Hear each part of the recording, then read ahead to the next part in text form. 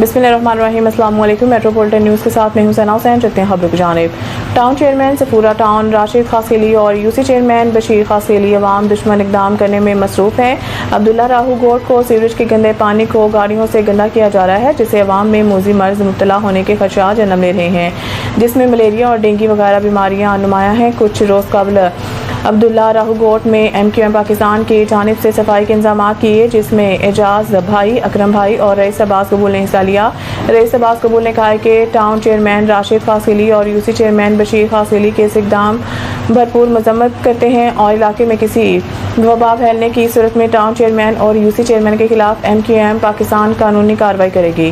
Party वालों, ये देखो पीपल्स पार्टी की तरफ से हमें गटर का तोहफा मिला जा रहा है।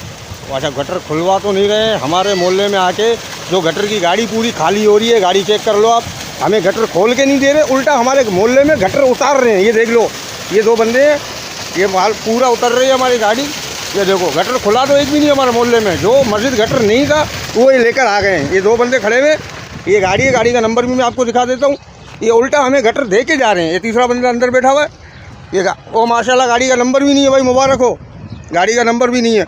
ये चेक कर लो, ये सपूरा गोड में अब्दुल्ला राहू गोड में उतर रही है। हाँ, सचल थाने के बिल्कुल साथ। तो आप कब आएंगे अभी? अच्छा, चेक करने आ जाओ।